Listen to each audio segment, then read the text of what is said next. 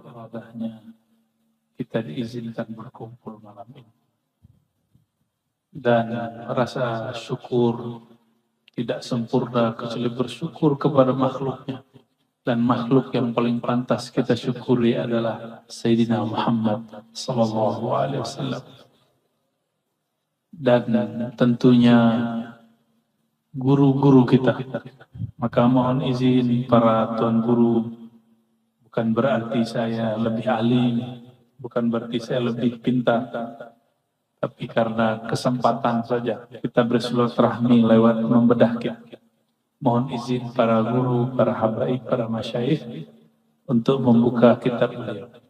Tadi siang saya mengambil sanad ke guru Wildan lagi dan sudah minta izin menggunakan sanad beliau dan guru-guru lain bersambung kepada Syekh Muhammad Arsyad Datuk Kalampaya. Kitab ini diriwayatkan oleh guru-guru kita dari banyak jalur. Ada jalur orang Banjar, ada jalur orang Banten, ada juga jalur orang Arab. Nah, kita pakai satu jalur. Jalur yang saya ingat saja. Ya. Guru kita, Guru Wildan, Guru Sya'rani, dan guru-guru yang lain bersanad kepada Syekh Muhammad Yasin Al-Fadani. Syekh Muhammad Yasin Al-Fadani mengambil sanad daripada Syekh Muhammad Arsyad At-Tawil Al-Bantani yang kemudian dibuang oleh Belanda karena beliau berjuang ke Sulawesi. Saya tidak tahu di Manado atau di bagian mana.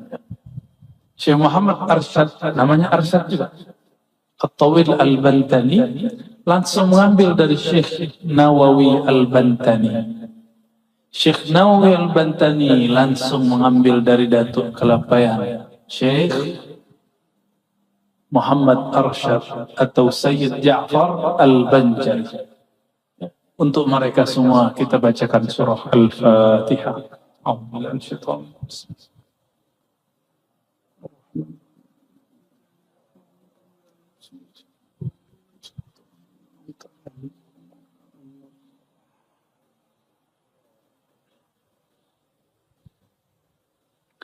Kitab ini membuat saya terkenang mengambil thariqah samaniyah sedari dulu masih remaja.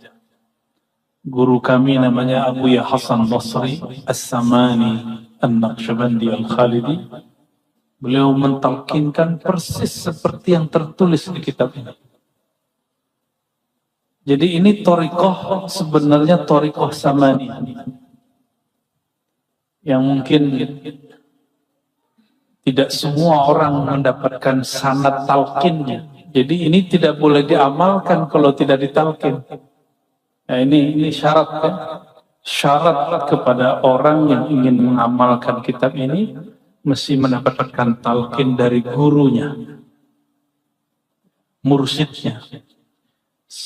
Apa syarat mursyidnya? Kana wasilan mausulan ila Allah tabaraka wa ta'ala. Dia juga telah wusul ke hadirat Allah Subhanahu wa ta'ala. Kita mulai baca wa bisanadina ila Syekh Sayyid Ja'far Muhammad Arsyad Al-Banjari Al-Mulaqab Bidatu Kalampayan, Imamul Banjariyin wal Jawiyin wa Imam Al-Funun Al-Muta'addidah, ilmi al-aqidah wa ilmi al-fiqh wa ilmi tasawuf. Qal Bismillahirrahmanirrahim. Beliau berkata, ya, sabda Nabi SAW, man arafa nafsahu faqad arafa rabbahu. Sudah biasa dengar ya? Tapi kita lihat cara beliau mengartikan. Walaupun kita sudah tahu artinya, tapi kita ingin dapat berkah. Bagaimana cara Datuk Kalampayan menerjemahkan ini? Apa kata beliau? Artinya, barang siapa mengenal ia akan dirinya, niscaya itu pasti. Niscaya mengenal ia akan Tuhannya. Pertama, harus diketahui bahwa ini bukanlah hadis dalam pengertian hadis menurut ahli hadis. Ini hadis-hadis ma'rifat. Didapat oleh wali-wali Allah ketika rohani mereka liqa dengan Nabi Muhammad sallallahu alaihi wasallam. Mohon maaf, inilah perbedaan ulama wali-wali Allah para sufi dengan ahli hadis. Mereka juga sebagian wali Allah. Ahli hadis, ilmunya jika tidak didengar oleh telinga, maka tidak disebut hadis. Apalagi sosoknya secara fisik sudah wafat. Jika ada kalam darinya, itu bukanlah hadis. Tapi bagi ahlullah dari kalangan sufi, wali-wali Allah, jika ada seorang kekasihnya bertemu ruhaniyah Rasulullah, karena dalam hadis Nabi riwayat Bukhari, Muslim, Abu Daud, Tirmizi, man ra'ani fil manam faqad ra'al haqq, yang bertemu aku dalam tidurnya, dia benar-benar bertemu akan aku.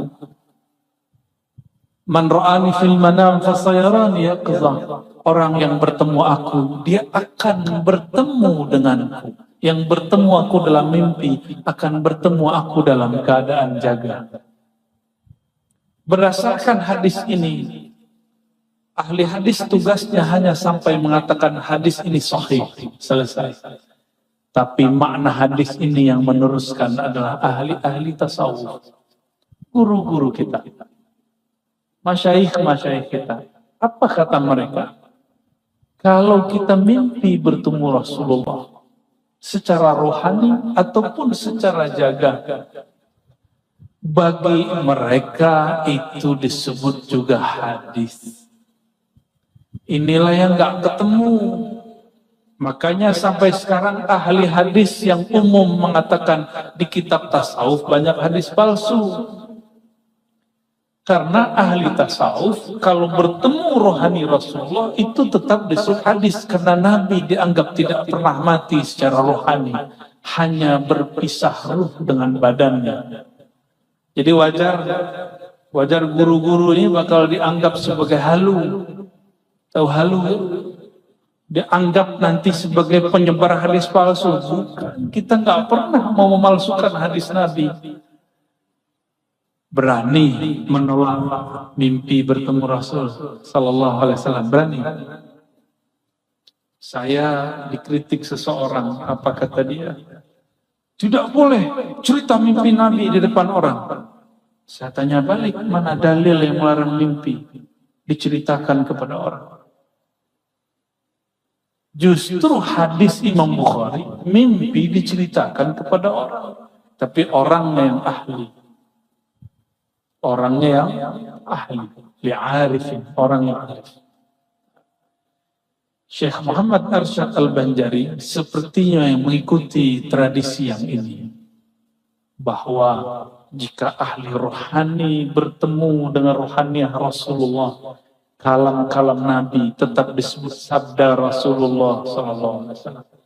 Inilah yang membuat kenapa ahli hadis, ahli tasawuf dulu seling bertengkar sampai sekarang.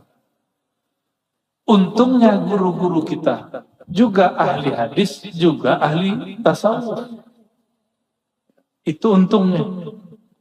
Ya, beberapa sanad Sahih Bukhari kita lewat jalur Syekh Muhammad Arsyad Al-Banjari. Ya. Baik.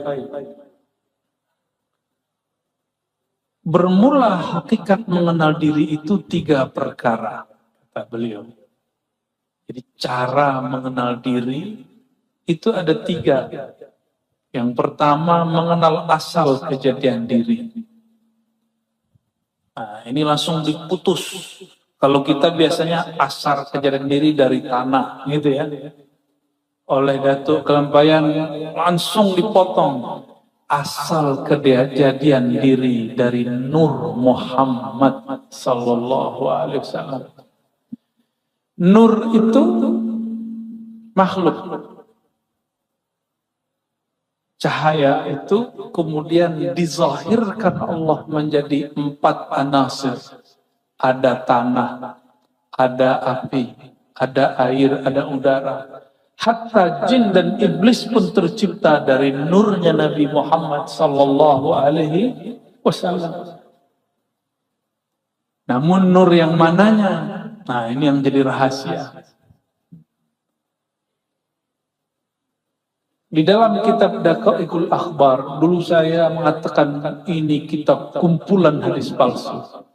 Ternyata di dalamnya ada beberapa asrar ma'rifat yang disembunyikan para ulama di dalamnya.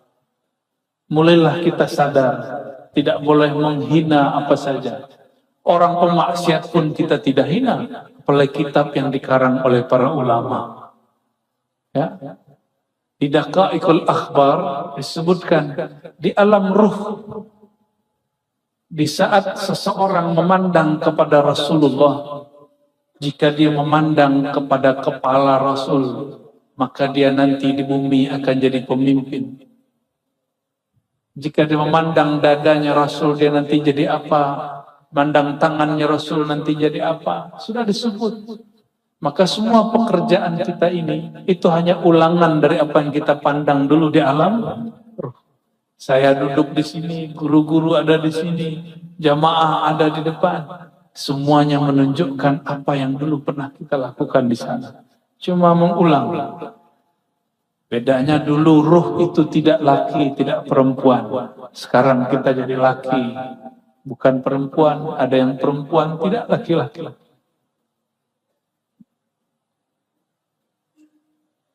Jadi bagaimana cara mengenal diri yang pertama? Kita harus mengembalikan bahwa diri ini berasal dari nur Nabi Muhammad sallallahu alaihi wasallam. Muncullah di situ kalam-kalam ilhami, qudsi. Lagi-lagi seperti tadi, ini ilham yang didapat oleh para wali-wali.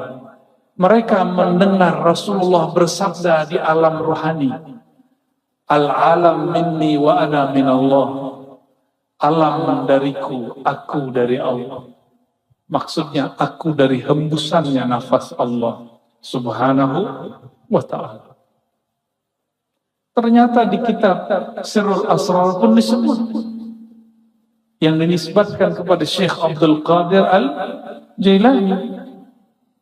Al-alam minni wa ana minallah, dan sejenisnya. Ada kalimat-kalimat sejenis ini.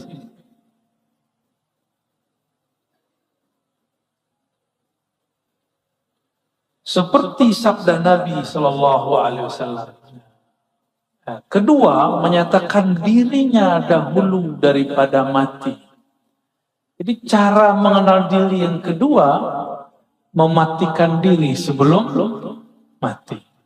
Mati apakah? Ini yang kita kaji malam tadi di mana namanya? Bumi Sholawat ya. Tapi karena tempat terbatas, kita bagi lagi. Sebenarnya saya belum pernah membaca kitab ini sebelumnya, kecuali judulnya. Ya, tapi tadi langsung khatam. Dalam waktu bersolawat langsung selesai. Ya, dengan baca sanad segala macam kita tabarukan, kita ijazahan. Saya minta izin secara rohani dan secara jasmani. Ya, jasmaninya tadi siang, rohaninya barusan. Ternyata isinya sama dengan thariqah saman yang dulu saya ambil waktu remaja. Persis sama. Dulu guru kita baca dua lafaz ini. Man arafa nafsahu faqad arafa rabbahu. Falumutu qabla an tamutu. Matikanlah dirimu sebelum engkau mati. Matikan dirimu secara makna, secara sifat. Jadi diri ini tubuh. Tubuh itu Allah tiupkan ke dalamnya ruh. Ruh itu membawa yang disebut sifat. Bernamalah sifat itu sifat ma'ani. Pada Allah, ma'nawiyah pada kita. Yang disebut mati maknawi, matikan sifat ma'aninya. Gitu. Sifat ma'ani ada berapa? 7. Coba disebutkan apa aja. Qudrah, iradat, ilmun, hayat, sama, basar. Ma'ani milik Allah, tidak mungkin dimatikan. Maka yang dimatikan hanyalah sifat maknawiyah. Kaunuhu sami'an, kaunuhu muridan. Saya punya sama pemberian Allah. Sekarang samanya cukup disimpan sebagai sifat, tapi tidak diaktifkan mendengar. Disebutlah mati makna sifatnya. Mati maknawi. Itulah mati sebelum mati. Ini yang melihat mata atau bukan mata? Nih, coba lihat. Saya yang datang ke mata bapak saudara, atau matanya yang datang ke saya? Atau bukan dua-duanya? Tapi ada cahaya. Kenapa ada orang, coba mata dipejam. Ingat Monas, kelihatan? Berarti ada yang bisa melihat selain mata ini. Coba pejam mata, ingat orang yang dicinta. Sebentar aja Pak. Buka mata, masih kelihatan? Bisa. Jadi semua kita sebenarnya bisa masuk ke dimensi itu, cuma tidak mau melatihnya. Ya, kita bilang halu. Padahal kalau halu, maka ilmu-ilmu para aulia semuanya halu.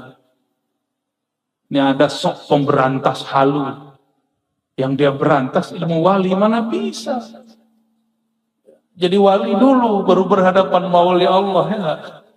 Kecuali dia wali setan, kita nggak tahu. Kan wali dua. Wali dua aja Pak. Kalau nggak wali Allah, wali setan. Wali Rahman, wali syaitan. Dua aja. Mungkin dia wali setan. Masa ilmu wali mau dihabiskan. Kita ulangi. Jadi roh itu punya sifat. Sifat dia tidak mungkin dimatikan. Tapi sangat mungkin sifat itu dinonaktifkan. Diistirahatkan. Contoh sederhana, kalau kita rindu seseorang, kita pandang wajahnya di handphone, disapa oleh orang, jawab nggak? Nggak terdengar. Karena di saat itu, sama kita tidak sami'an. Dia ada samanya, tapi tidak sami'an. Kita sering menyebutkan, Allah itu sama. Ma'nawiyahnya kaunuhu sami'an. Kaunuhunya dicoret dulu. Itu yang disebut mati maknawi. Kaun, keadaan kita mendengar itu di-cut dulu, dihabiskan dulu. Sehingga tidak lagi ia mendengar. Bukan berarti sifat samanya hilang. Gitu ya. Kenapa kita tidak bisa mendengar yang jauh? Karena keberisikan di sini. Sama sifat mendengar yang ada pada ruh. Dia tidak ada ruang, tiada waktu. Kenapa tidak bisa menembus? Karena terhalang oleh pendengaran. Nah, pendengaran ini, pandangan yang ini, lisan yang ini, kudrat iradat yang ini yang harus dilebur dulu. Itulah mutu, matikanlah maknawiyahmu sebelum engkau betul-betul mati secara tabi'i ataupun hissi. Itu maknanya ya. Mutu qablaan tamutu. Ini boleh disebut dengan ruknut thariq. Rukun thariqah. Nomor 2 itu. Coba kita lihat kalam beliau. Bermula setengah daripada mematikan diri itu seperti dikatakan dengan lidahnya dan diiktikadkan di dalam hati. Dibaca la qadirun wala mulidun wala alimun wala hayyun wala sami'un wala basirun wala mutakallimun fil haqiqah illallah. Nih. Bagaimana cara mematikan? Lisan berkata, la qadirun. Tidak ada yang berkudrat, yang berkuasa. Wala alimun tiadalah, wala muridun tiadalah yang berkehendak, beriradah. Tiadalah yang alim, tiadalah yang punya hayat. Tiadalah yang mendengar, tiadalah yang memandang. Tiadalah yang berkalam pada hakikatnya kecuali Allah. Itu. Ini udah usul langsung. Langsung usul ini. Ini usul level 3. Ini usul pertama, kesadaran Nur Muhammad. Ya. Kesadaran Nur Muhammad. Kemudian usul yang berikut adalah mematikan sifat maknawi. Selama saya masih mengatakan sayalah yang berkuasa, maka kuasa saya terbatas. Selama saya masih mengatakan ini iradahku, iradahnya belum bisa berkekuatan kun fayakun. Selama ilmunya masih ilmuku, gelarku, doktorku, syekhku, gelar ijazahku, selama masih itu, maka ilmunya akan terbatas dengan otaknya yang sempit. Wala hayyun. Jika dia masih menganggap dirinya hidup karena air, dia minum karena makan, maka nanti orang-orang itu akan menyekutukan Allah dengan nasi. Nanti ada masa di akhir zaman, paceklik. Orang-orang tidak bisa makan, karena tidak ada yang dapat dimakan. Di saat itulah turun keluar Dajjal bawa makanan. Akan banyak nanti orang ganti agamanya, karena meyakini hayatnya ada pada makanan. Ashabul Kahfi selesai di bidang ini, maka dia mengatakan hayat kami di tangan Allah. Hayati, hayatuna, hayatullah fil haqiqah. Maka dengan itu Ashabul Kahfi 309 tahun pun masih Allah hidupkan. Maka mereka itu aulia kekasih Allah yang karam fana dalam sifat hayatnya Allah subhanahu wa ta'ala. Coba ada orang tidak makan sebulan, mati Pak? Mati ya? Betul? Benar? Orang yang mati kebanyakan nggak makan ya? Emang orang mati minum kan ya juga. Tapi secara lahiriah kita memandang banyak orang mati karena kelaparan. Tapi kenapa Ashabul Kahfi 309 tahun tidak mati? Karena hayat itu milik Allah. Kalau Allah belum ambil ya nggak mati. Wala sami'un wala basirun. Kalau pendengaran ini 10 meter sudah tidak terdengar. Tapi kalau sami'nya sudah dimatikan, maka Allah lah yang mendengar. Allah memperdengarkan kepada kita. Inilah yang disebut kasyaf sama'iyah. Kasyaf secara sama. Disinilah banyak para wali mendengarkan kalimah-kalimah. Inilah yang terjadi pada orang yang bermimpi mengatakan, aku mendengar Rasulullah bersabda, man arafa nafsahu faqad arafa rabbahu. Jadi carilah oleh ahli hadis, di mana ini hadis? Tidak ditemukan di kitab hadis manapun.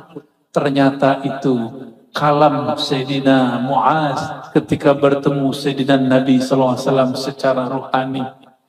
Karena samanya bukan lagi sama yang ini.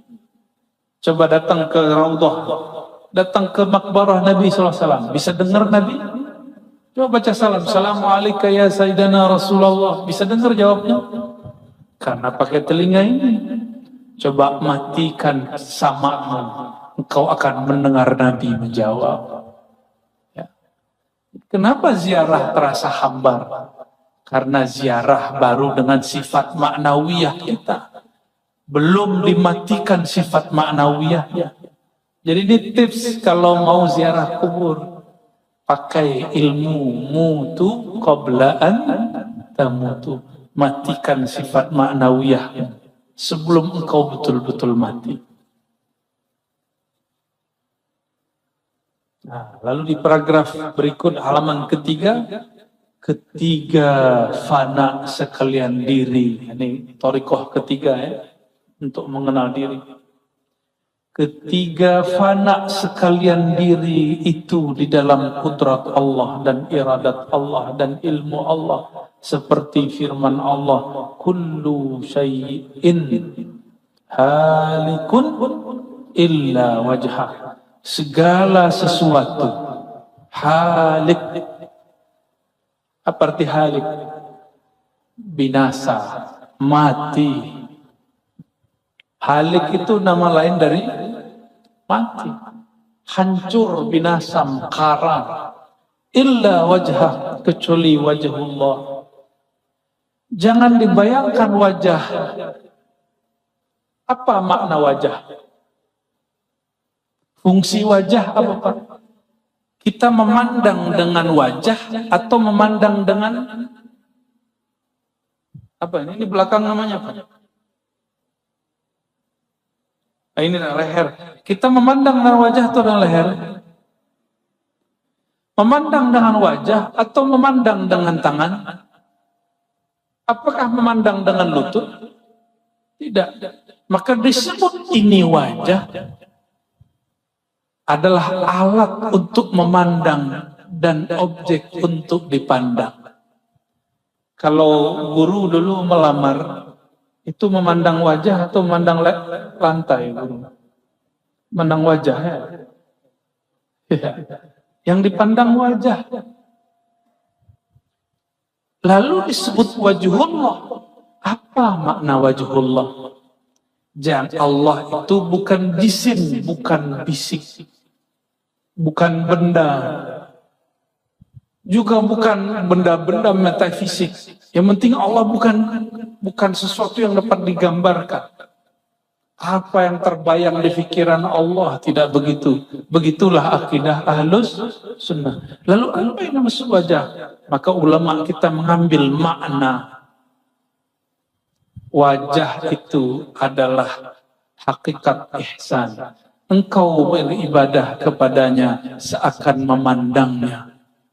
Allah tidak punya fisik seperti ini. Maka kapankah seorang hamba memandang kepada wajahnya? Di saat seorang hamba memandang ke dalam wajah kolbunya. Kolbunya Bani Adam. Jika dia hidupkan nama Allah di dalamnya, itulah wajhul asma, wajah nama Allah Subhanahu wa ta'ala. Maka nanti di saat semua kolbu mati, hanya kolbu yang di dalam kolbunya terpancar wajah nama Allah yang tidak binasa. Ya. Tiap-tiap sesuatu binasa melainkan zat Allah. Beliau mengartikan wajah di situ zat Allah. Namun saya mengurai bahwa wajah di situ bisa diartikan nama, bisa diartikan fi'il af'al, bisa diartikan sifat, dapat diartikan zat. Adakah nama tanpa zat? Nama beliau ini ada karena memang ada zatnya. Kita sebut guru yang alim. Alim itu sifat. Karena ada gurunya, maka ada alimnya. Coba bayangkan alim tanpa ada orangnya. Bisa? Ini warnanya apa nih? Putih, hijau. Apa? Hijau, kita sebut hijau. Tembok hijau, kaligrafi hijau. Sekarang bayangkan hijau tapi tidak ada kaligrafinya. Bisa? Bisa. Baju saya putih. Coba pisahkan putih dari baju. Bisa? Bisa. Maka maksud Datuk Kelampaian mengartikan Zatullah itu tercakup pada nama, sifat, af'al, dan zatnya. Gitu ya. Dan lagi firman-Nya, innani anallahu la ilaha illa ana fa'budni wa aqimis salata li dzikri. Ini surat Thaha. Artinya bahwa sesungguhnya akulah Allah. Tiada Tuhan, hanya aku. Maka sembah olehmu akan daku. Dan kerjakan olehmu akan sembahyang 5 waktu. Karena menyebutku.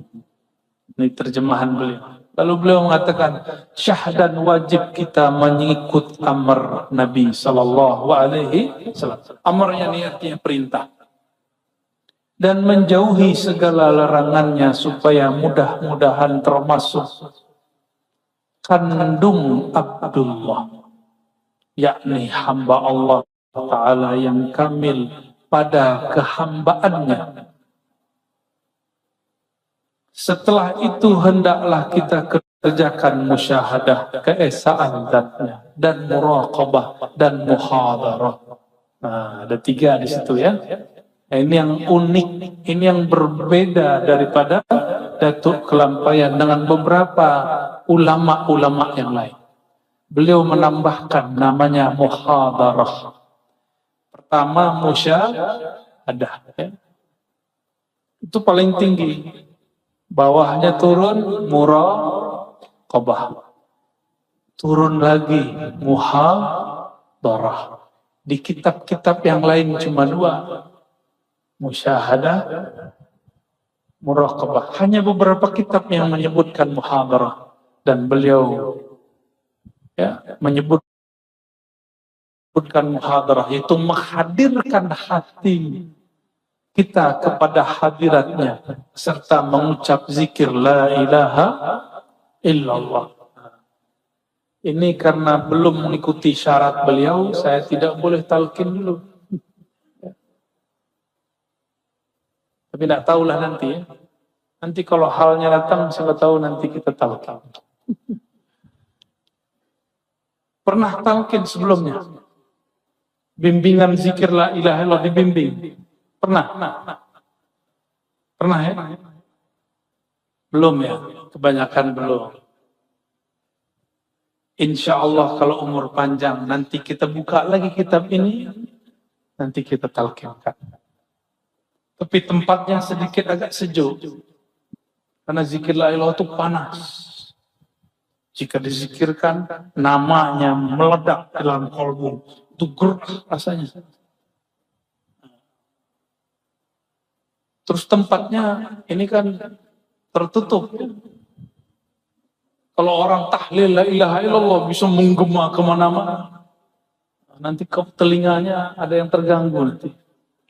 Jadi kita cari tempat yang kalau kita teriak-teriak nggak ada orang marah.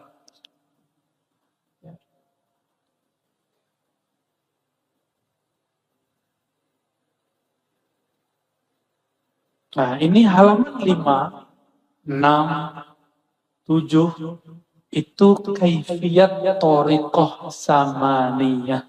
Yang dahulu waktu umur saya masih 11 sampai 13 tahun saya mengamalkannya.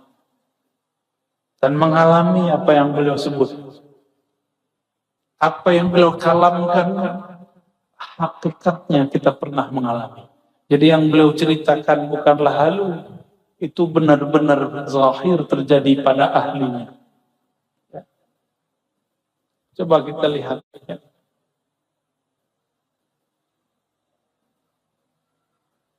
Nah, di paragraf berikutnya, seyogyanya atas kita tatkala hendak mengerjakan zikir itu mandi dan bersuci. Tuh, syarat mau talqin Dua aja, mandi dan bersuci. Nah, di zaman now dirukhsah minimal bersuci, wudu. Tapi afdolnya mandi. Kenapa mandi? Mandi itu mandi tobat. Mandi membuang ilmu-ilmu lama. Mungkin di badan dulu ada ilmu kebal, ya. Ada ilmu pengasihan, ada ilmu khodam, ilmu jin, ilmu macam-macam. Dengan mandi dia menjadi netral. Apakah dia hilang? Belum tentu. Tapi minimal dia dibersihkan dulu. Itu tujuannya kenapa disebut mandi. Jadi mandinya tidak hanya mandi zahir, tapi juga mandi secara hakikat. Daripada lita. Nah, lita ini ternyata artinya hadas, ya. Hadas. Apa? Itu bahasa sini. Ya, bahasa Melayu lama. Lita. Lita artinya udah nggak dipakai di Banjar. Di Palembang kayaknya juga udah nggak dipakai. Di Padang juga nggak dipakai. Tapi kami kalau ada orang kena hujan terus becek, nah itu disebut dengan istilah yang mirip dengan lita itu. Saya lupa. Hah? Laca. Laca.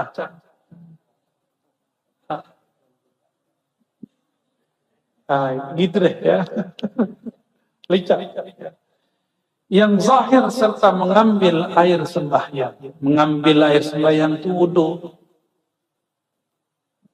Sekarang orang-orang sudah gak mau lagi pakai bahasa sembahyang. Katanya syirik. Masa Datuk kelampaian syirik, ya. Orang lebih lama di Mekah daripada si Ustadz yang baru-baru ini. Beliau tidak mempermasalahkan kata salat, kata wudu dikaitkan dengan lafaz sembahyang. Karena orang dahulu menyebut Allah itu hiyang. Orang dulu menyebut hiyang. Hiyang itu bahasa Sanskerta. Padanannya dalam bahasa Arab huwa, hiya, huwa, hiyang, sama. Dia yang maha tak dapat dibayangkan. Itu arti hiyang.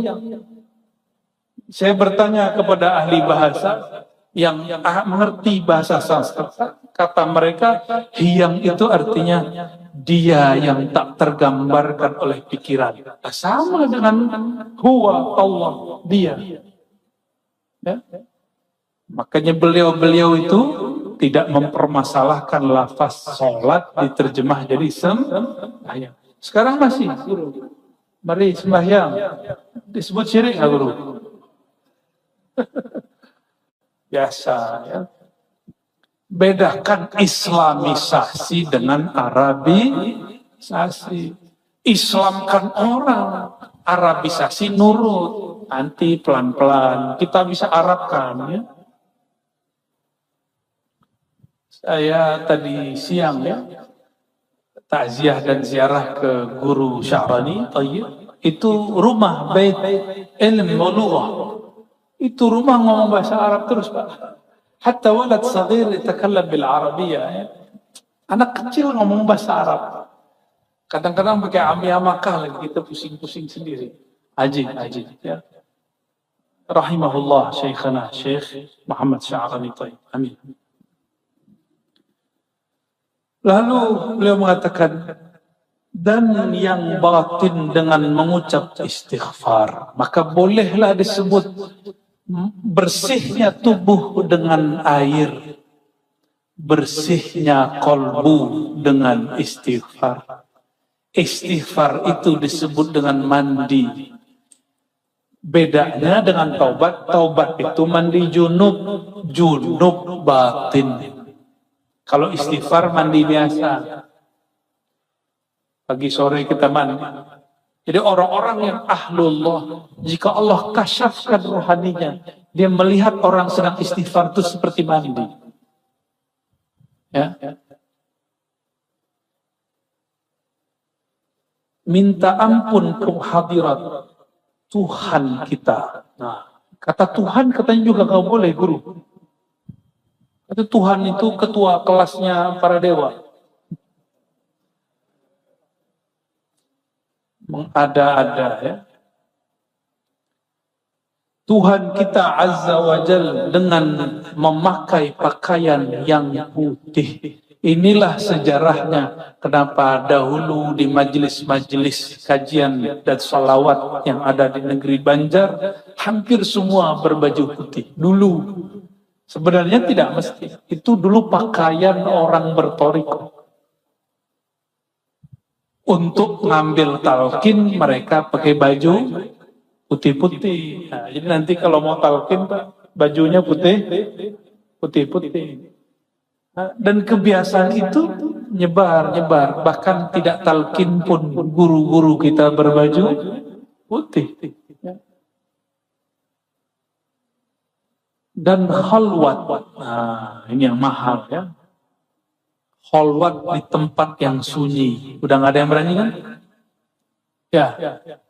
Jadi di zaman akhir zaman ini Allah turunkan ulama-ulama yang mentajdid, merevisi latihan-latihan rohani.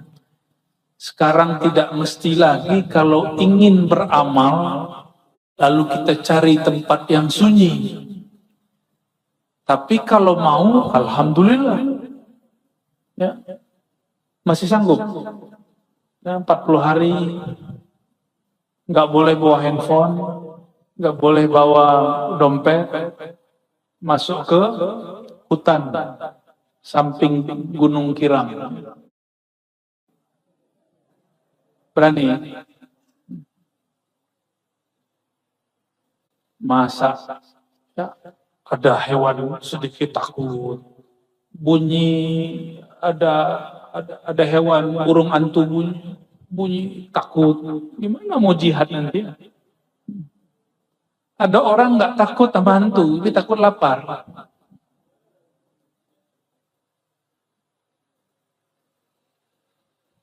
Maka sembahyang 2 rakaat. 2 rakaat, 1 salam. Mohonkan taufik dan hidayah. Apa arti taufik? Taufik itu dari kata waffaqa yuwaffiqu taufiqan. Kesesuaian jalan dengan kudrat iradat Allah Subhanahu wa ta'ala, itu disebut taufik. Hidayah, petunjuk kepada hadiratnya. Lalu duduk bersila. Duduk bersila seperti apa, Pak? Itu ya. Tapi kalau guru-guru tua duduk bersila, kakinya naik 1. Nah, itu dulu duduk bersila orang lama. Tapi orang-orang sekarang duduk begitu langsung ada semut katanya di lututnya, kesemutan. Itu tuduhan kepada semut. Semut kalau punya lawyer, dia akan protes. Punya pengacara nanti kita dituntut, Pak. Duduk bersila dengan sopan dan merendahkan diri kepadanya. Jadi selalu orang, mohon maaf ini guru-guru, pasti di antara kita di dalam kolbunya ada ilmu. Syarat mendapatkan rahasia la ilaha illallah, tidak boleh terbersit sedikit saja merasa alim. Tidak boleh. Nasab, nggak boleh merasa nasabnya hebat. Oh, saya dosen, saya guru, sayanya harus hilang. Ini yang disebutkan. Merendahkan diri kepadanya, menghadap kiblat muslimin. Jadi merendahkan diri, habiskan ego-ego tadi. Ini contoh nih, ada kita buat majelis. Tidak semua orang datang itu untuk mendengar. Ada cuma mau tes. Kita tes dulu ilmunya si ustadz itu, si guru itu, sejauh mana ma'rifatnya. Kalau ngetes orang ma'rifat ya nggak perlu hadir lah, jarak jauh juga boleh, enggak? Orang begini, di saat semua orang menikmati zikrullah, dia tidak akan menikmati. Di saat semua orang hanyut dalam bayan, dia hanyut dalam mencari kesalahan. Nanti ceramahnya akan dipotong orang untuk dicari kesalahannya. Semoga dia tidak ketemu ya.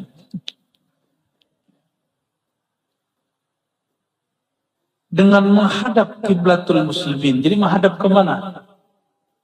Kiblat. Karena sayyidul majalis al-qiblah. Sayyidul majalis al-qiblah. Sayyidnya majlis kiblat. Tapi sayyidul muridin al-muallim, al-syeikh, al-mursyid.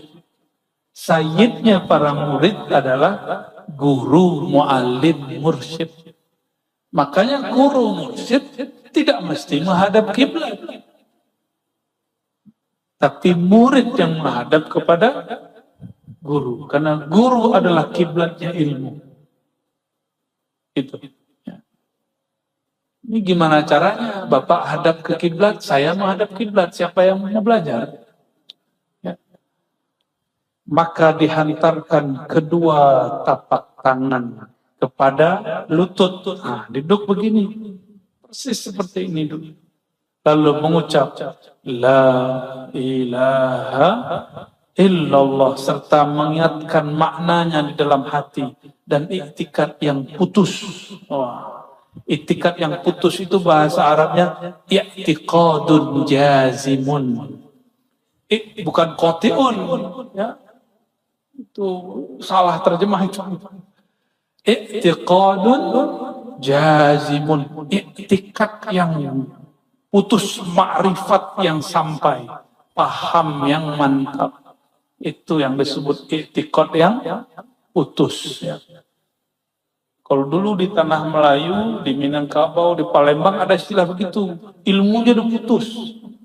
Ada nggak di Banjar begitu? Ada istilah begitu?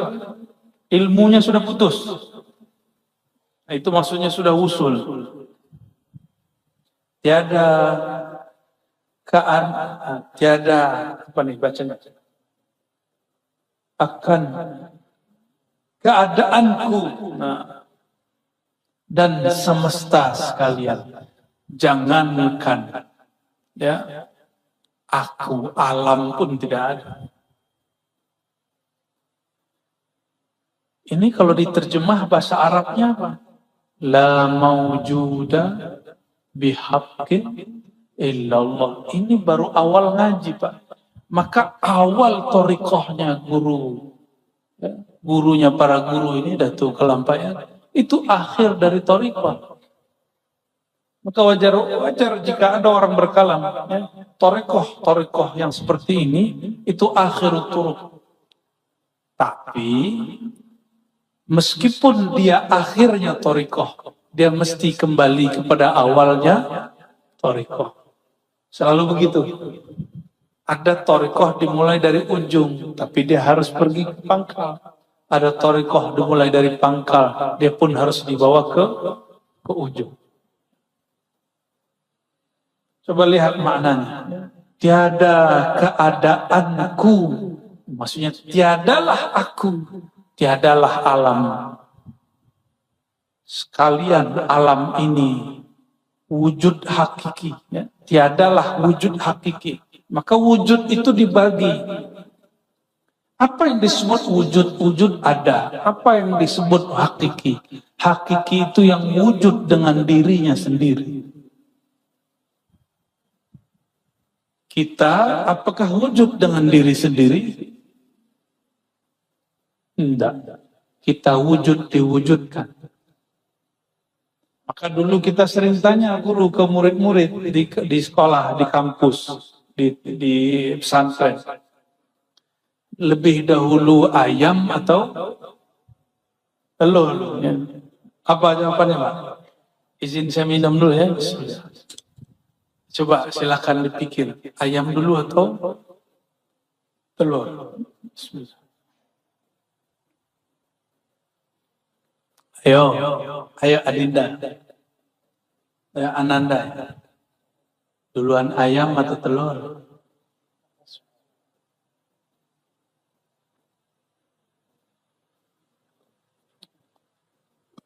Apa? Ayam. Ayam ngomong, aku dari telur. Kata telur, aku keluar dari buntutnya ayam. Kata ayam, aku dari telur. Telur, aku dari ayam. Ini namanya daur, berputar. Berputar. Disebut dengan debat kusir. Itu istilahnya, mutar di situ. Ya, seperti kebanyakan orang debat-debat itu. Mutar-mutar di situ. Maka mesti ada yang bukan ayam, bukan telur. Ayo, siapa ayo? Yang bukan ayam, bukan. Nah, kita sekolah dulu belajar ada Darwin. Nah, Darwin itu terjebak di falsafah telur. Putar-putar dia di situ. Ya. Maka dia mengatakan manusia berevolusi. Ya. Tidak dicipta. Cuma berevolusi. Nah, itu filsafatnya panjang, itu nanti kita cerita. Jadi gimana? Ayam dari telur, telur dari ayam, ternyata salah. Ternyata ada yang bukan ayam, bukan telur. Itulah pencipta ayam dan telur. Maka wujudnya ayam, wujudnya telur disebut mungkinul wujud. Bisa jadi ayam, bisa jadi telur. Mungkin lebih dahulu ayam, mungkin lebih dahulu telur. Karena saya tidak hadir waktu ayam dan telur dicipta, saya tidak tahu mana yang dahulu. Nah, disebut mungkin. Yang pasti si ayam tidak pernah berkata, aku menciptakan diriku. Aku ada dengan sendirinya. Pernah. Telur juga berkalam demikian. Maka mereka ada karena diadakan, saya juga begitu. Kata saya dari ayah saya ngomong dari ayahnya terus. Nggak selesai. Namanya musalsal. Musalsal, gak ada ujungnya. Rantai kan gak ada ujungnya. Musalsal itu besar, daur jika dibesarkan jadi musalsal. Berantai. Dari ntar juga balik. Maka wujud ini diwujudkan. Maka wujud kita ini tidaklah wujud hakiki. Karena dia tidak wujud dengan sendirinya. Yang wujud dengan sendirinya hanyalah Allah semata. Inilah makna la maujuda bihaqqin illallah. Ulama kita tidak membolehkan ini dilafazkan dalam zikir. Hanya boleh jadi makna. Inilah maksud guru. Ya. Datuk Kelampayan cukup dimaknakan di dalam hati. Jangan dilafazkan dengan lidah. Inilah ajaran Imam Ghazali tertulis dalam kitab Ihya Ulumuddin jilid keempat bab At-Tauhid wa Tawakkul. Ada di kitab. Jadi ini sudah kesimpulan. Ya. Maka kalimah Allah dengan memejamkan kedua mata. Nah, jadi zikir itu jangan lagi tahlil matanya jelalatan. La ilaha illallah, la ilaha illallah, la ilaha illallah, la ilaha illallah, la ilaha illallah, la ilaha illallah. Apa sih lihat handphone, lihat status. Lagi zikir la ilaha illallah nih. Status. Nah, untuk mematikan hissi, mematikan maknawi, supaya mutu qabla an tamutu. Supaya terasa kesadaran hakiki, salah satu caranya pejamkan mata. Jadi ulama kita dulu kalau zikir menjamkan mata, itu bukan lagi tidur, walaupun bunyinya mendengkur. Ada sahib saya, Bang Dik doang, yang biasa kajian hikam, dik doang sebelum puasa sama teman-teman latihan zikir. Kita bimbing persis seperti ini. Ayo, cobain Bang. Pejam mata, baca nama Allah. Pelan-pelan. Oh, oh. Tiba-tiba dia asik. Waktu sudah habis setengah jam. Kawan-kawan sudah keluar ruangan. Dia masih asik. Kata kawan-kawan melapor kepada saya, Buya, itu Bang Dik ngorok, gak zikir. Saya bilang, dia lagi zikir. Enggak, saya dengar dia ngorok. Enggak, tenang aja. Benar, setelah setengah jam, dia sadar. Dia datang kepada saya. Ternyata ketika di jalan, dia berdebat sama kawan kita tadi. Kamu tidur ya tadi? Kata si Bang Dik, enggak, saya zikir Allah. Kata si kawan, demi Allah, kamu mendengkur. Kamu ngorok. Kata, wallahi demi Allah, marahlah itu si Bang Dik itu. Orangnya masih hidup, tanya sendiri ya. Ya, kalau nggak percaya itu saya sendiri. Jadi kita kalau sudah zikir qalbu, mata tertidur, hati tidaklah tidur. Siapa yang pernah seperti itu? Rasulullah SAW. Apa kata beliau? Mataku tertidur, wala tanam qalbi, tapi qalbuku tidak tidur. Ini mesti terjadi pada orang pewaris Rasulullah meskipun sekali dalam hidup. Biar sah dia sebagai pewaris Rasulullah. Tanda-tandanya dia matanya tidur, kolbunya tidak tidur. Latihannya zikir la ilaha illallah dan Allah. Itu latihannya. Ya? Nah, maka di sini disebutkan dengan memejamkan kedua mata serta mengiktikadkan rasa makna kalimat tauhid itu masuk ke dalam hati. Hanya Allah jua wujud hakiki. Dengan sehabis-habis iktikad. Itu maksudnya iktikad yang putus. Dan perasaan mengesahkan dia. Apa bacanya guru? Kadar 2-3 kali. Maksudnya begini. Ketika membaca la ilaha illallah, dibacalah itu lalu dimaknai berkali-kali, 2 kali, 3 kali, diulang-ulang maknanya. Nanti rasa akan muncul. Ya, rasa akan muncul. Demikian, tinggalkanlah kalimat nafi dan isbat. Hanya Allah jua. Tuh kan? Ya, maksudnya gini. La ilaha illallah. Habis la ilaha illa. Isbatlah Allah. Maka habisnya zikir la ilaha illallah. Zikir Allahu Allah. Jadi kalau ada orang zikir Allah, itu maknanya la ilaha illallah. Gitu. Allah itu adalah ruh kalimah la ilaha illallah.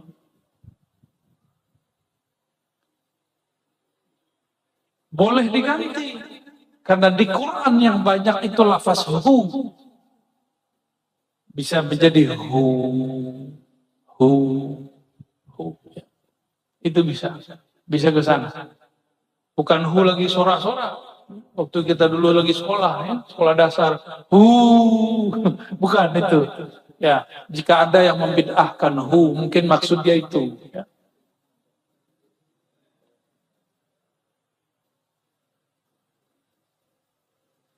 Gimana? Udah jam berapa ya?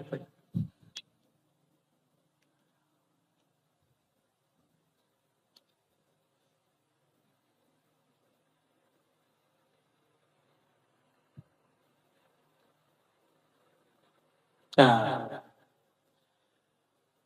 mesrakan pada hati dan biasakan senantiasa di dalam jaga. Dibelajar pelan-pelan pejam mata, lalu coba zikirnya dibuka mata. Kolbunya masih nyebut nama Allah atau tidak? Gitu maksudnya. Sehingga ketika jaga sudah biasa berzikir, akan terbawa tidur. Di dalam jaga dan tidur, dan di dalam duduk dan berdiri, dan berkata-kata, hingga nafas turun naik. Itu pun di dalam mengucap kalimat tauhid jua. La ilaha illallah, la ilaha naik, illallah turun. Atau nafas Allah, Allah. Naik Allah, turun nafasnya Allah. Itu maksud beliau. Ini yang disebut zikran katsira. Ya allazina amanu zkurullaha zikran katsira. Hei orang beriman, zikirlah tanpa batas. Inilah yang disebut di awakhir surat Imran, awakhir ya, 10 ayat terakhir. Alladzina yazkurunallaha qiyaman wa qu'udan wa ala junubihim. Dan sejauh pengamatan kami, ayat ini tidak mungkin diamalkan di bertorikoh. Hanya orang bertarekat sufilah yang dapat berzikir dalam keadaan berdiri, duduk, dan berbaring. Kalau kebanyakan kita lagi zikirnya dia jaga, berdiri kah atau duduk.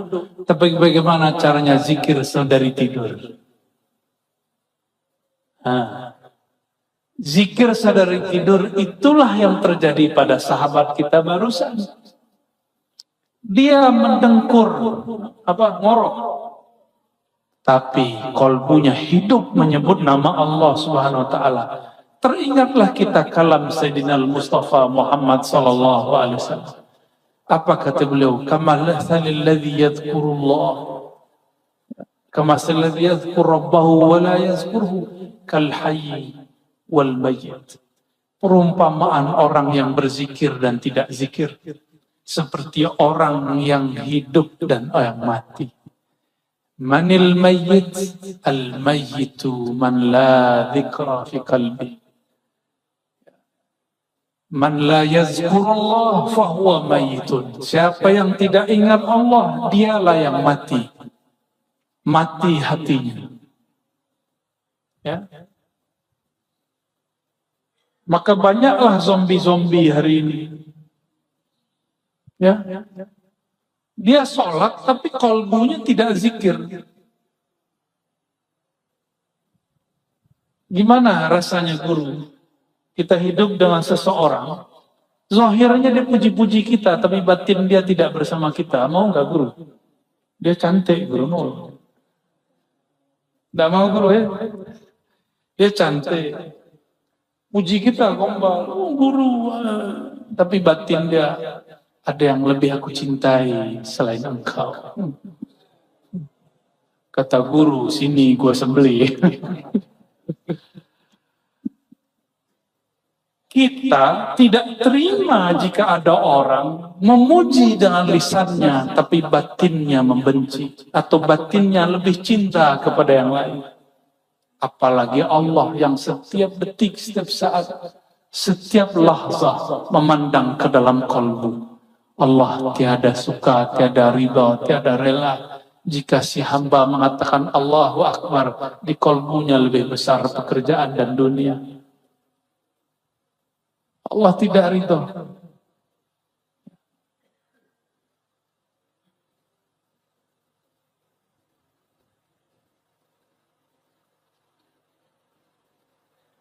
Maka tatkala bahwa pada kesudahan kalimah tauhid itu hendaklah dilanjutkan sekira-kira hasil rasa gaiblah diri. Apa beliau? Lanjutkan sekira-kira hasil rasa gaiblah diri daripada memandang dan ingat akan segala ma siwallah, yaitu selain Allah. Ini tahadus bin ni'mah sebagai tanda syukur kepada Allah. Awal saya bertemu guru saya Abuya Syekh Al-Mursyid ya, dalam Thariqah Samaniyah, Abuya Hasan Basri Jalil. Beliau mimpin zikir ba'da salat Isya. Afdalu zikri la ilaha illallah. Baru pertama beliau baca itu, saya sudah tidak ingat diri. Tidak ingat siapa yang di samping kiri kanan. Terasa nikmat sampai hari ini, kenangan itu tidak pernah hilang. Nikmatnya tiada bisa dikatakan. Lebih indah dari malam pertama bersama kekasih yang jelita. Karena rasanya bersama Sang Maha Kuasa.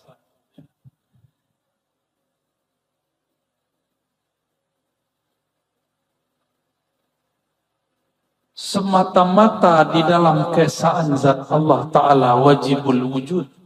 Supaya mudah-mudahan datang jazbatullah. Jazbatullah itulah thariqahnya Samaniyah. Thariqah Samaniyah adalah thariqah jazbah. Apa arti jazbah? Tarikan cinta Allah. Apa yang kemudian membuat orang-orang tarekat Samaniyah terjaga? Kok masih kelihatan berakal sehat? Sedangkan ada wali jazab, wali majzub dituduh orang gila. Saya akan berkali-kali menyampaikan, wali Allah itu biasanya yang kita kenal wali Allah sufi. Tapi wali Allah itu ada yang bukan sufi. Dia wali jazbah, wali majzub. Dan di Indonesia, ini lumbungnya. Di Banjar dulu katanya ada guru Tabarani. Benar. Ya, itu jazbah. Itu mereka tidak pandang zahir orang. Dia pandang batinnya orang. Karena dia jazbah. Benar, kisah beliau itu ada. Ada yang semasa dengan beliau. Guru ada yang semasa. Pernah bertemu guru? Itu jazbah. Orang jazbah itu al-wali al-mungharik fi mahabbatillahi tabaraka wa ta'ala. Wali yang karam dalam cinta kepada Allah. Itu wali majzub. Kita sudah. Saya menyampaikan itu, saya pun dituduh gila sama orang. Alhamdulillah. Di kitab ada satu lagi. Wali malamatiyah. Apa ciri-ciri wali malamatiyah? Semakin dia tinggi makom kualiannya, semakin dihujat oleh orang. Dituduh penyihir lah. Dituduh nasabnya tidak benar lah. Dituduh halu lah. Dituduh anti syariat lah. Dituduh macam-macam. Kalau tidak ada tuduhan, bukan malamatiyah.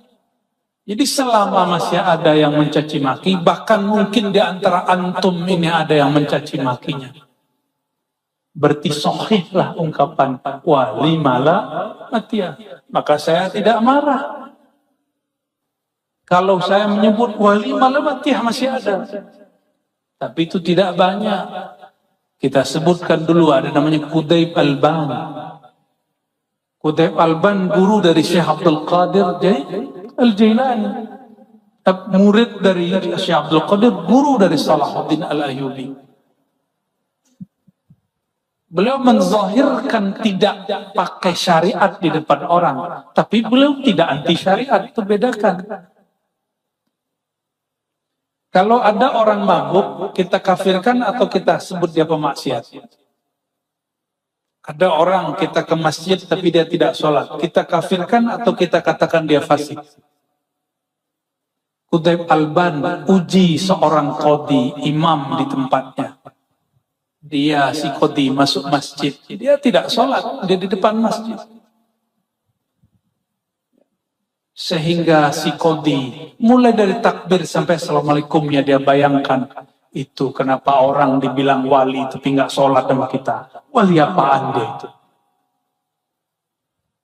Itu terjadi, Pak. Akan terjadi terus. maka tanda kebenaran ada wali malamatiyah, ulama-ulama fuqaha akan mengkafirkannya, akan memurtadkannya. Karena saya membuka ini, kita tunjuk kalau ada loh, kita pun dituduh murtad. Alhamdulillah. Dari dulu sudah begitu, Pak. Sudah sunnatullah. Saya dapat kabar dari Guru Wildan, ternyata dulu Abah Gurus kumpul. Mau difatwakan juga sesat oleh ulama sebanjar. Tinggallah tanda tangan tauqid dari Guru Anang Sya'rani. Ternyata beliau setelah tidak tahu dapat isyarat atau musyawarah, beliau tidak mau tanda tangan. Berhentilah usaha orang yang hasud. Jadi dulu yang anti ke ulama juga ulama. Yang anti dengan torikot, orang torikot juga nanti. Yang anti kitab ini orang bisa baca kitab juga. Orang yang ngaku nanti pewaris ilmu Syekh Datuk Kelampayan juga. Siap-siap guru dituduh sesat. Akan begitu, ya, akan begitu. Saya disebutlah berguru kepada wali majzub, wali gila. Mereka buatlah video, ada orang gila lari, Wali Ar-Razi. Saya suka berguru ke siapa aja, Pak. Jangankan ke ulama, ke orang main biliar saja saya berguru, Pak. Mereka bayangannya ulama itu mesti pakai kayak beliau nih, ya, kayak sarung, kayak saya maksudnya. Pakai begini, kayak kopiah, pakai serban, itu bayangan orang awam. Sayangnya dia menyandang pakaian ulama, tapi pikirannya masih awam. Yang terbayang sama dia wali itu di tengah hutan. Akhirnya banyaklah wali-wali baru disadari setelah dia mati. Ini pesan dari Abah Lutfi, Al-Habib Lutfi. Ya, pimpinan Jatman, imamnya Jatman, Sayyidul Mursyidin, sayyidnya para mursyid, Sayyidul Habaib. Apa kata beliau? Kita ini maddah al-qubur. Kita ini pemuji orang yang sudah mati. Udah mati baru diyakini kewaliannya. Sudah mati baru percaya dia wali Allah. Waktu hidup dihujat-hujat, waktu hidup dibilang gila. Jangan dikira Datuk Kelampayan dulu masa hidupnya aman-aman. Dia ngalami seperti yang dialami sekarang oleh para masyaikh kita. Sama, Pak. Ya.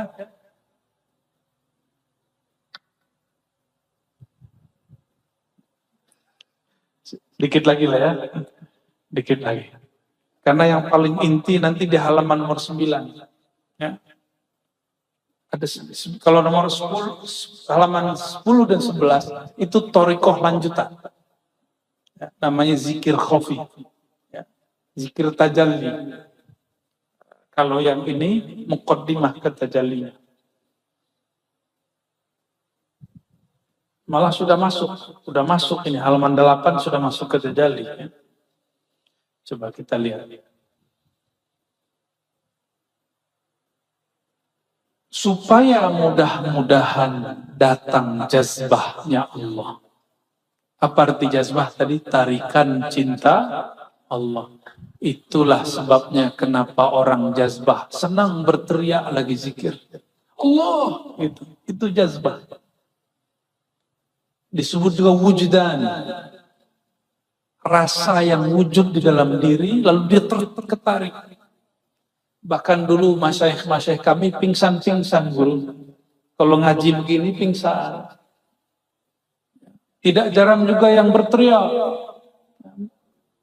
Seingat saya waktu pengajian di mana ada salah satu jamaah kita berteriak Allah, ya. Tiba-tiba ada isyarat cara menenangkan dia waktu itu ya. Saya begini waktu itu.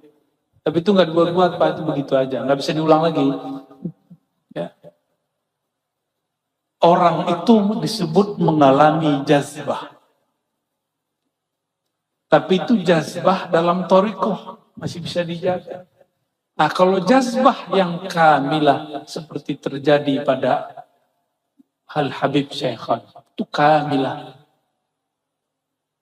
Nah, orang-orang begitu hukumnya dihukumi seperti orang mabuk cinta kepada Allah. Kita nggak boleh menghukuminya dengan hukum syariat seperti biasa. Atas abdun ya, yang demikian itu, atas hamba yang demikian itu hingga hairan.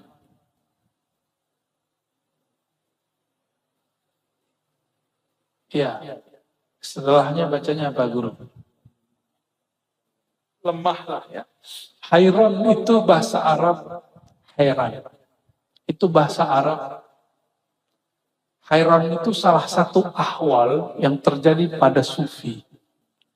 Imam Ibn Arabi awal nulis kitab Al-Futuhat Al-Makkiyah memulainya dengan bab hairan. Bab hairan itu seperti ini. Kita kalau sholat, jika tidak diizinkan Allah, dapatkah, mampukah kita sholat? Enggak ya? Makanya ketika ada hayya 'alas shalah, jawabannya, berarti tidak sanggup aku ruku dan sujud kecuali dengan izin Allah. Oke? Nah. Saya sujud, saya ruku, kita sholat, kita ibadah, semuanya dengan haul dan kuwah. Kuwah siapa? Allah. Berarti yang menyembah siapa? Siapa yang menyembah? Saya ruku karena Allah kasih kuwah dan haul. Saya sujud, saya baca takbir karena Allah mengizinkan membantu. Allahumma a'inni ala dzikrika. Ya Allah, bantu aku menyebut namamu. Ketika seorang hamba mengatakan Allahu Akbar, Allah sedang membantu lisan dan kolbunya membaca takbir. Maka siapakah saat itu yang menyembah? Jika dikatakan hamba menyembah dengan kekuatan dia, kekuatan Allah. Jika dikatakan Allah yang menyembah, apalagi? Masa Allah menyembah? Kan Allah tidak terhukumi syariat. Allah itu syari, bukan mukallaf. Ini namanya hairan. Nah, ini kalau tidak dibimbing mursyid, jadi majzub. Jadi majzub. Jadi mabuk. Maka jangan heran jika ada orang belajar thariqah, kemudian terlihat seperti hairan, setengah-setengah gila. Dia bukan gila, dia sedang mabuk bersama Allah Subhanahu wa Ta'ala. Jadi kalau ada melihat orang gila, Pak, husnuzon aja ya. Husnuzon aja. Dan lemahlah ia dengan musyahadahnya, serta lalai dan fana daripada segala masya Allah. Ya. Dan apa itu? Kuliah, kuliah bahasa Arab. Kuliah kul, semua diri hingga daripada fana'nya pun, fana'lah ia sebab menerima lemah tajalli nur jamalullah. Ini bagian akhir yang mau saya sampaikan ya. Jadi tajalli itu ada dua minimal. Ada tajalli nur jamal Allah. Kalau orang dapat nur jamal Allah, maka dia dapat mahabbahnya Allah. Ada tajalli kedua, nur jalalullah.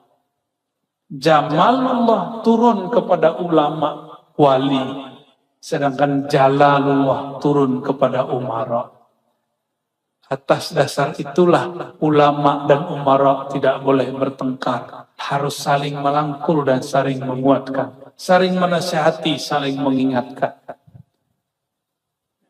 Gimana? Sepakat tak? Ini Pak rahasianya. Nur jamalullah turun ke siapa? Ulama. Makanya ulama itu jamal, lembut. Sedangkan jalal turun kepada umara. Dia ulama juga umara, tergabung dalam dirinya jalal dan jamalnya Allah Subhanahu wa taala. Jamal ini penciriannya rahmah, kasih sayang kepada makhluk. Dia tegas dalam sayangnya. Kalau yang karam dalam jalalullah, dia sayang dalam kerasnya. Umara harus tegas. Tegasnya karena sayang. Ulama harus lembut. Dalam lembutnya dia tegas. Dulu Sayyidina Utsman. Sayyidina Utsman ulama bukan? Dia lembut. Hatta dengan istrinya dia sangat lembut. Makanya Nabi mengatakan ketika putri keduanya wafat. Putri pertama, kedua istrinya Utsman. Apa kata beliau? Seandainya aku punya putri lagi, aku akan nikahkan kepada engkau. Karena seorang ayah hanya senang melepas putrinya kepada laki-laki yang lembut secara tutur kata dan sikap. Benar guru ya? Ya. Ketika beliau menjadi seorang khalifah, beliau harus tegas. Maka beliau menginisiasi, menetapkan mesti buat tulis Al-Quran. Ditulislah 6 Al-Quran, 6 mushaf. Di saat itu mushaf-mushaf sahabat mesti dilenyapkan. Dikumpulkan semua mushaf yang tersebar, dikubur di antara mimbar dan kubur hijr Nabi SAW, hujrah Nabi SAW.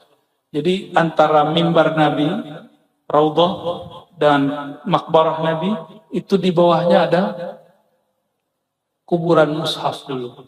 Makanya saya nggak berani lama-lama menginjak. Jadi kalau ada pintu di situ saya sebenarnya nggak berani lewat, kecuali darurat. Karena di bawahnya dulu ada mushaf para sahabat. Utsman saat itu didemo oleh orang-orang Mesir. Dibuat isu Utsman telah menghina, Utsman telah menghancurkan agama, Utsman semuanya. Lalu beliau kemudian menegaskan, tidak, saya tidak bermaksud seperti yang saya maksud. Berkah ketegasan Sayyidina Utsman, kita merasakan kasih sayangnya. Hari ini kita bisa baca Qurannya lewat mushaf. Dan setelah ini pun saya insya Allah akan dibawa melihat Quran, mushaf yang dulu ditulis oleh Datuk Kelampaian. Insya Allah. Ya. Sampai di situ dululah ya. Tolong ditandai halaman 8. Insya Allah nanti kalau kita beruntung, kalau Allah takdirkan, ada talqinnya. Tapi syaratnya satu. Nanti sebelum masuk masjid, di rumahnya mandi dulu. Ya, atau minimal bersuci dengan sesuci-sucinya. Barulah sah boleh ditalqin. Nah, talqinnya nanti ada 2. Ada zikir keras, ada zikir lembut. Yang dikatalkinkan nanti mungkin dua-duanya. Atau wallahu a'lam bis-shawab. Semoga Allah ridhoi majelis ini. Semoga siapapun yang mendengarkan, baik jauh ataupun dekat, yang di hadapan, di kiri kanan, ataupun di alam lain, di alam maya, semoga Allah rahmatinya, kalbunya, wasinari ruhnya, Allah berikan cinta kepadanya, Allah berikan husnuzan kepada makhluk-makhluknya, Allah berikan husnul khatimah di akhir hayatnya.